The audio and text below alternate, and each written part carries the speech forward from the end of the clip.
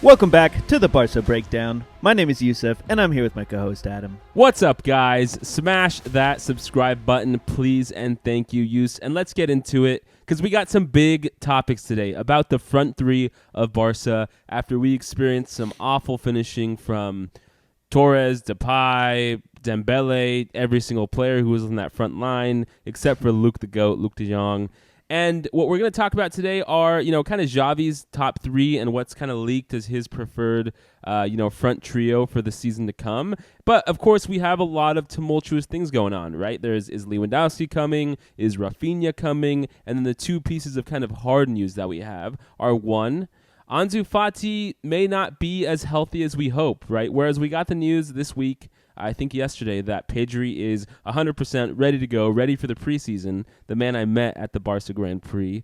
Ansu Fati might not be, and there are some continued reports from in the club that they are worried about his choice to not get a surgery at the end of last season. And I think one of the most troublesome things to see is that Fati, right, he played the last few games of the season. Yus and I were there in Barcelona and Madrid to watch him. And then for the League of Nations, Nations League, Fati was called up by Luis Enrique for Spain, and he didn't play a single minute. And so that is a little bit odd, right? Yus, like, why would he be called up but not play, even though he had been playing just before that?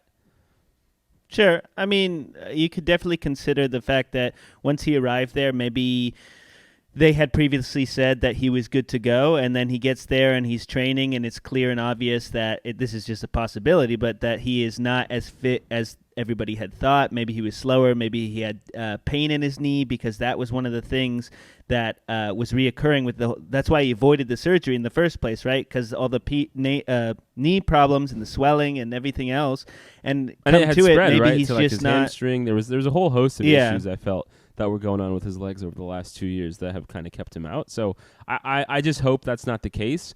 And then, on the other front, we have Ousmane Dembele. And what's turned out to happen here is pretty interesting because, Barca Breakdown generally Dembele fans and wanted him to re-sign. Well, it looks like this summer, after having an offer on the table, I think for 6 months that, Laporta and the board didn't change, Dembele, basically his agent was telling him, don't agree to it. We might get more money from PSG or Chelsea. And, now 3, 4, 5 weeks after the season has ended, Dembele has no offers, and Barca have actually decreased what we were going to offer him, right? I think before this week, we were going to offer him like $7.5 million plus variables. Now we're offering him $6 million plus variables. So he's already seen his salary offer from Barca go down a considerable amount. There are rumors, I think from Gerard Romero, that Dembele doesn't want to sign with the offer he now has from Barca, but there are no other offers on the table. And so he is stuck a little bit in between a rock and a hard place. And it's kind of his own fault and his agent's fault for not signing. I feel like this is the whole Neymar thing over again. It's all these reports back and forth and like what's actually going on, right? I remember seeing a video of Dembele sitting there and somebody was asking him, are you leaving to Chelsea or are you staying at Barca or whatever? And he's like, oh, it's all rumors, basically. And I just feel like there's so much media bouncing back and forth on whether or not Dembele was going to leave and what offers he had. You draw the comparison to Neymar, right? We had Piqué with that Sequeda Instagram or Twitter post, right? Basically, he's staying, and then like 3 days later, he was gone. So, like in that situation, I think we can just kind of sit back and wait and see what happens. I think we do have to be happy with the board for negotiating down. I mean, as much as I like Dembele, the offer was there for a long time. He didn't choose it. It's his fault for being in the situation, and the board is doing what's smart, right? If a player is not wanted on the open market for the salary he needs, then we shouldn't offer him that either. And so that's good. And then I think as we go into this front three for this season, what's being reported is Xavi really wants Raphina, Lewandowski, Ansu Fati. That's his, holy trio that he wants to see up front. Raphina, we all know the story. Leeds didn't get relegated, and the price is somewhere between like 55 and 70 million euros. Lewandowski, it's looking more and more likely that he is going to come, especially after we pulled all those economic levers and we're able to get some money. And then Ansu Fati, still a little bit not sure on my end of whether he's going to be healthy or how he's going to feel going into next season. I'm not entirely, confident that he's going to be there, but for now, I'm going to assume he's there until he gets hurt.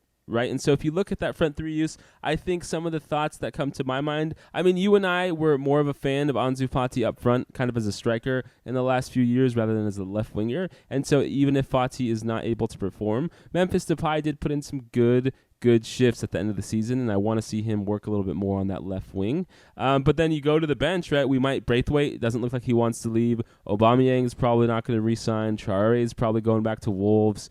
Luke de Jong is probably leaving, and so I don't know. How do you sort through this possible front three and what you want to see? And is Dembele going to be there? And if Dembele stays, Raphina's not. I mean, it's just too much use.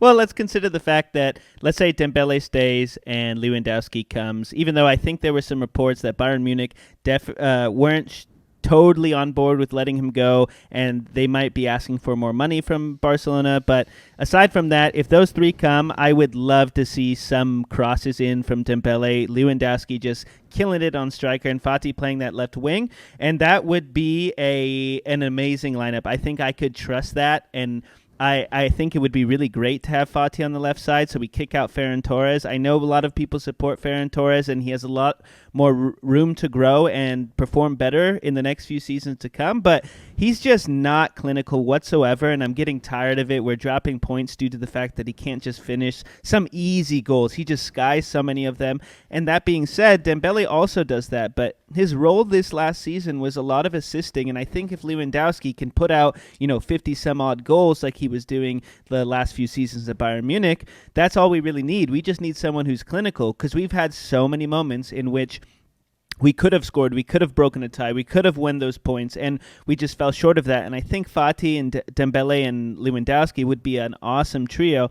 Now, to consider the flip here's the side, thing, man. We spent too much on Ferran Torres to totally abandon him, right? True. Like, even though Dembele had a good season this year creating, he didn't finish at all. Ferran Torres had a good season creating, and he finished more than Dembele. And so I'm not entirely sold on the idea that we need to kick Ferran Torres to the stands, even though I agree with you. We were both very critical of him throughout the latter half of the season. But with Lewandowski, guaranteed, bona fide, top-level, elite, one of the best of the last 10 years scorers up front, I still think there's a lot of juice to squeeze from that Ferran Torres orange, But Ferran Torres, in my eyes, is not someone who has been interacting with the striker that much this season. I mean, granted, we didn't have a great striker. We had Aubameyang a lot of the times playing in the middle, or Luke de Jong playing in the middle. But I don't think there's a lot of compared to Lewandowski.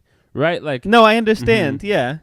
But I'm saying Ferran Torres doesn't have the interplay with a lot of the other players on the pitch. I feel like a lot of times he's either trying to take a wild shot or he's running down the middle, and I just don't know. Of course we can use him, and of course we want to make him better, but when it comes to the beginning of the season, there's going to be times where we can't fall behind like we did last season, and if we have this striker Lewandowski coming out on the pitch as our let's say $50 million we spend on him, if that's the case, that's also equivalent to Ferran Torres, but he scored 50 goals last season, and I would much rather be reliant on Lewandowski than I am on Ferran Torres. But I mean, I get your point. I just want to win is really what it is.